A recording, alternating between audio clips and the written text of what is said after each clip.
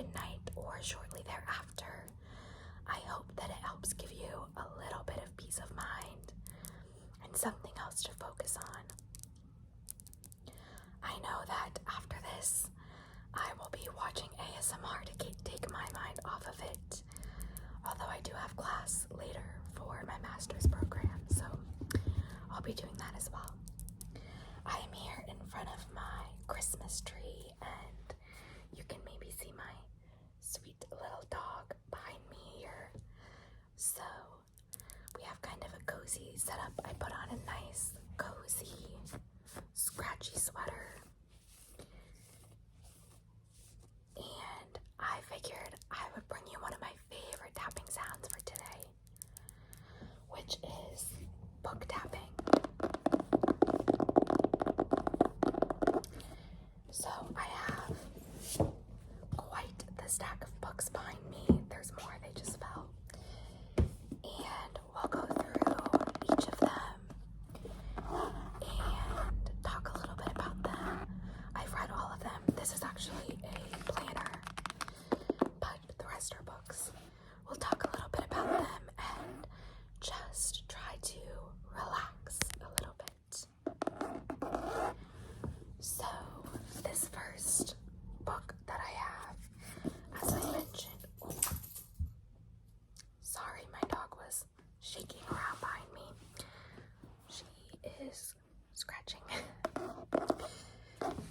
This first book, as I mentioned, is actually a planner. Up here it says, just kidding, that's upside down. It says Hemlock and Oak, which is the brand. And the front says Hemlock and Oak 2024 Weekly. I love this planner in theory, but try as I will to be a planner person, I just never keep up with it. I am definitely much more type B than type A.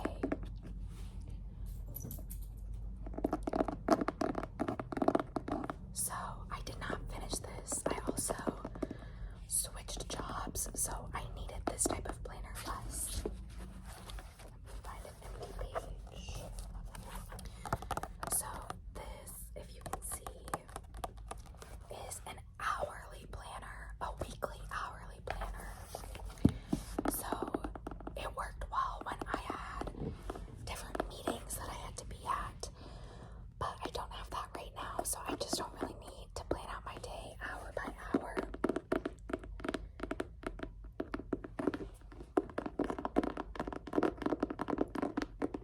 So I didn't end up using it, but it does have a lovely, lovely book linen cover, and I got it in this muted pink.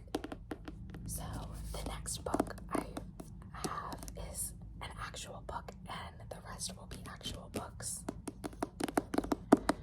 This is such a cute book. It's called the WISHINGGAME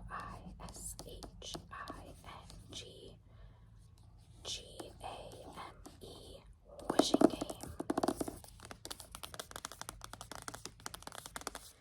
I think for each of the books, I will read you the summary so that you can find out a little bit about them, but just from my opinion, I believe I gave this either 4 stars or 5 stars out of 5 on Goodreads. And it was just a wholesome book, which you'll see from the rest of my books is not something I typically lean towards, so.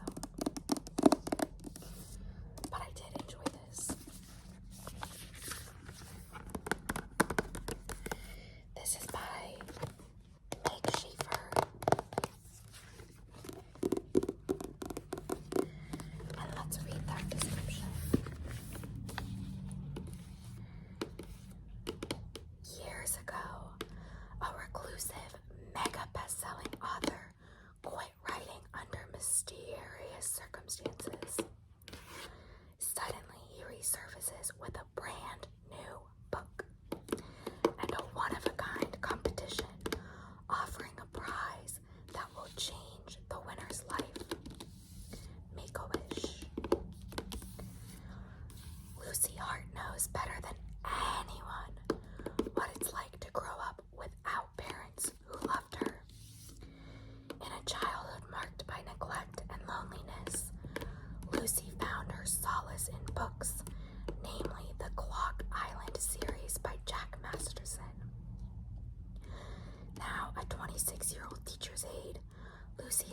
to share her love of reading with bright young students, especially 7-year-old orphan Christopher Lamb. Lucy would give anything to adopt Christopher, but even the idea of becoming a family seems like an impossible dream without proper funds and stability. Just when Lucy is about to give up, Jack Masterson announces he's finally written a new book. Even better, he's holding a contest at his home on the real Clock Island, and Lucy is one of the 4 lucky contestants chosen to compete to win the one and only copy. For Lucy, the chance of winning the most sought-after book in the world means everything to her and Christopher. But first, she must contend with ruthless book collectors, wily opponents, and the distractingly handsome Hugo Reese. Sorry about that. My second dog just came and laid on the bed that I'm using to prop my phone up. Back to our story. We'll see what he does. I'll turn the camera around momentarily and show you. Hugo Reese is the illustrator of the Clock Island books.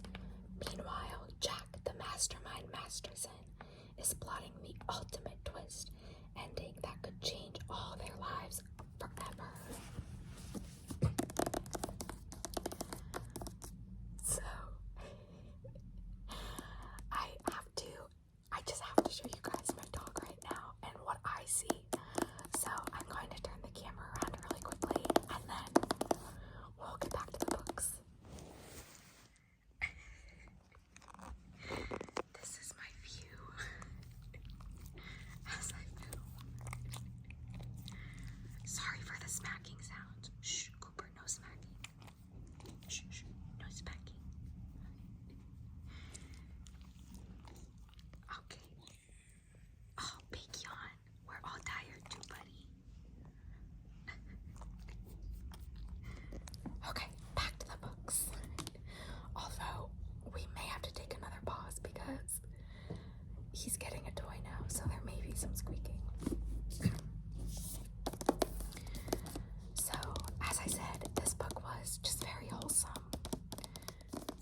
and had a little bit of suspense, a little bit of drama with the competition, but shh, Cooper. But all in all, was just a good book. So 4 or 5 stars out of 5.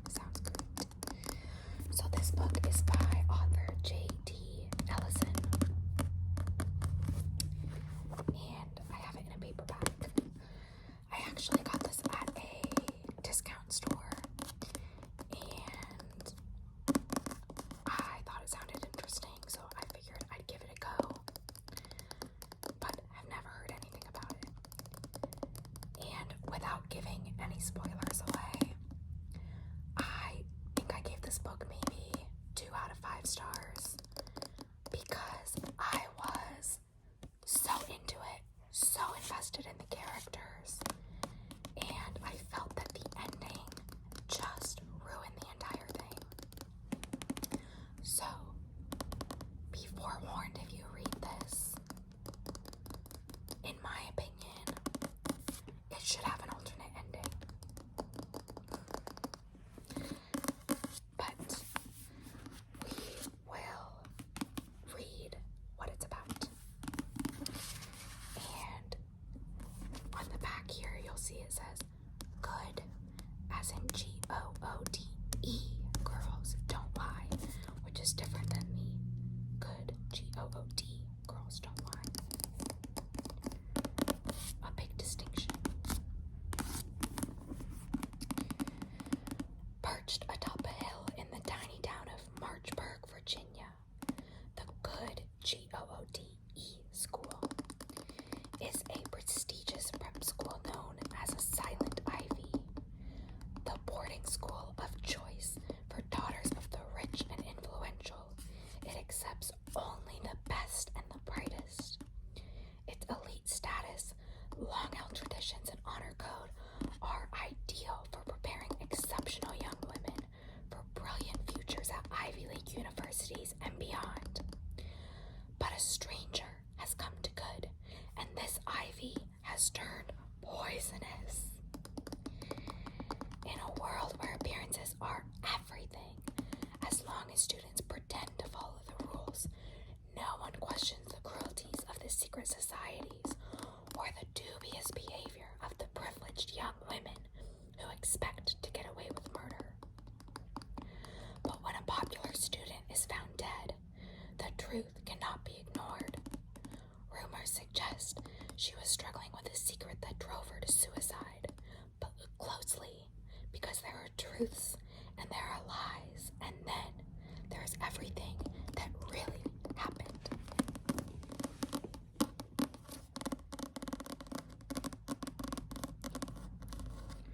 You'll see from a few more of the books I have here that I'm a big psychological thriller fan.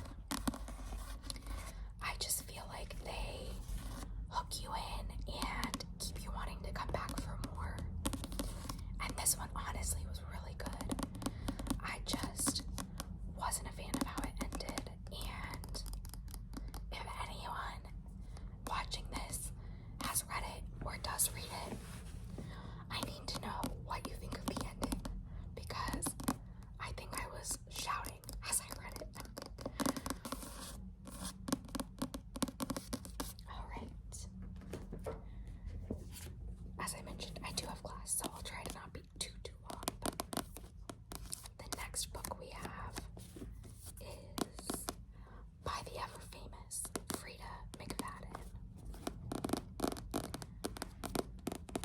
Now, I personally love Frida McFadden books. They are my favorite.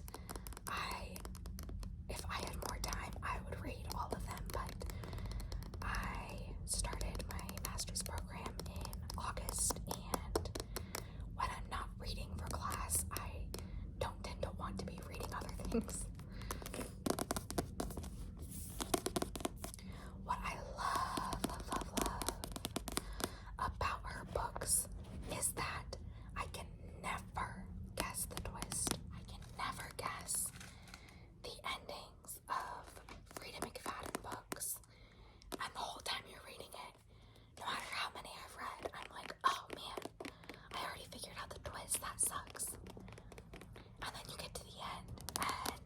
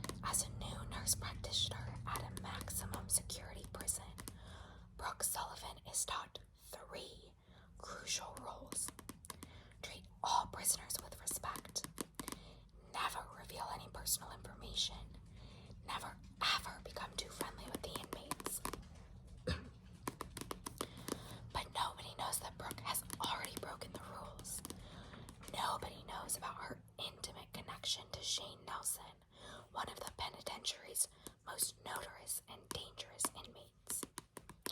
They certainly don't know that Shane was Brooke's high school sweetheart, the star quarterback, the golden boy who's serving a life sentence for a series of grisly murders, or that Brooke's testimony was what put him there. But Shane knows. He knows more than anyone, and he will never forget. The Inmate is a propulsive, mind-bending thriller about how we define guilt and who has to pay for it.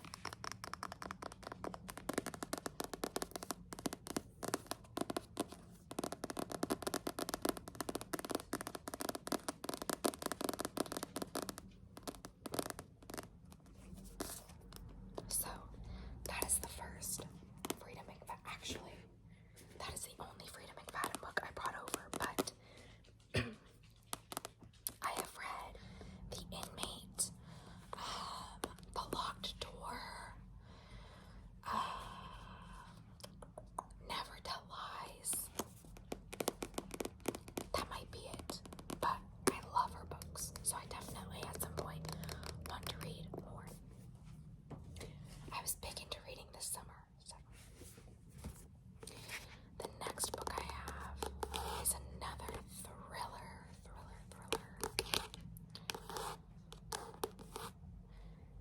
And I will say the Frida McFadden books generally are not super gory, which I like. Some, like even this one, some thriller novels can be just kind of gory, and I don't love that. I think it's unnecessary.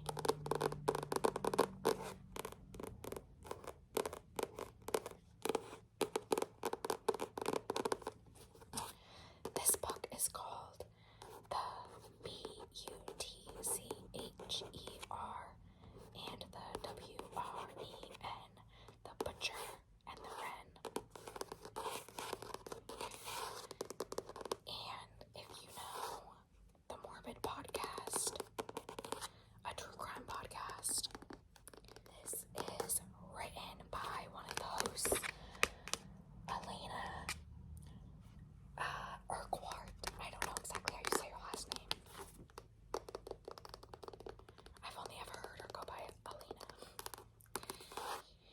And honest review of this book, in case anyone's wondering, is I did not like it.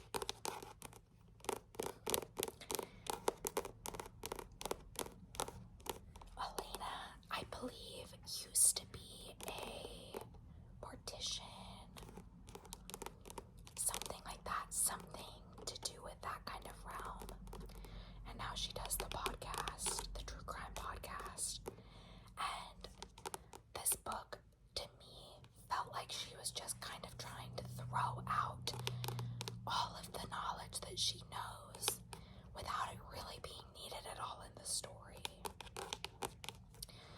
Like, she would say things about other serial killers, or like real life serial killers, or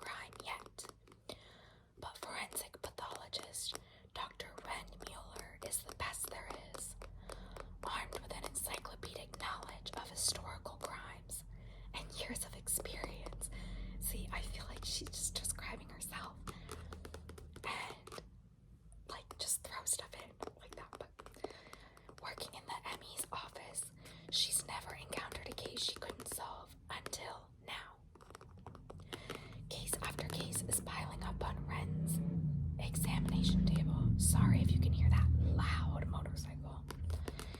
And soon is sucked into an all-consuming competition with a brutal murderer getting more brazen by the day, an addictive read with straight from the more details only an autopsy technician could provide. So that must be what she is an autopsy technician, or what she was. But we don't need the straight from the more details, you know? So, I don't know.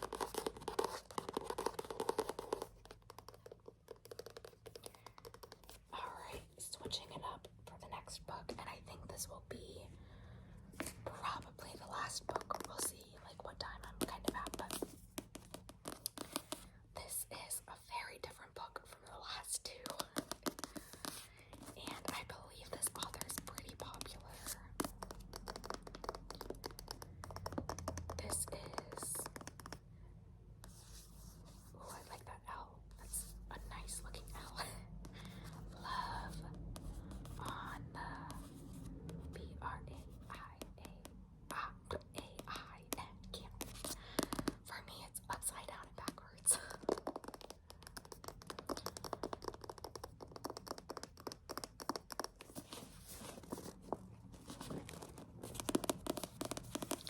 Love on the Brain by Ali Hazelwood.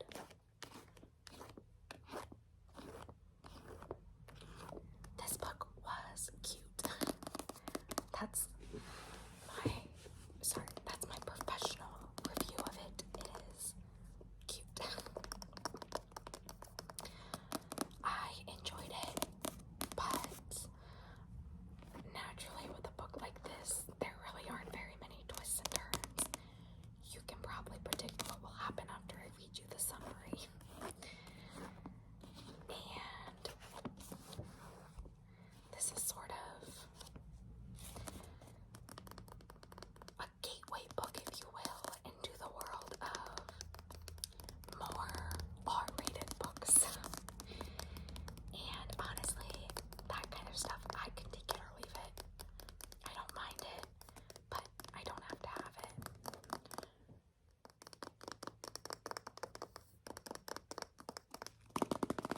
So, my boyfriend will probably be home soon, and when that happens, my dogs will bark. So let's get on with reading the back of this book. So, B's theory was right. Forcing a scientist to work with her nemesis triggers explosive results. Like an avenging purple-haired Jedi, bringing balance to the mansplained universe. B. Koningswasser, I guess, lives by a simpler code. What would Marie Curie do? If NASA offered Marie her dream neuroengineering project, she would accept without hesitation. Duh. But the mother of modern physics never had to co-lead with Levi Ward. Sure, Levi has soul-piercing eyes, and sure he caught her in his powerfully corded arms like a romance novel hero when she accidentally damseled in distress on her first day in the lab. But Levi made his feelings toward B clear in grad school. Arch enemies work best when employed in their own galaxies far, far away. Now her equipment is missing, the staff ignores her, and B finds her floundering career in somewhat of a pickle. Perhaps it's her occipital cortex playing tricks on her, but B could swear she can even see Levi softening into an ally, backing her plays, devouring her with those eyes. And the possibility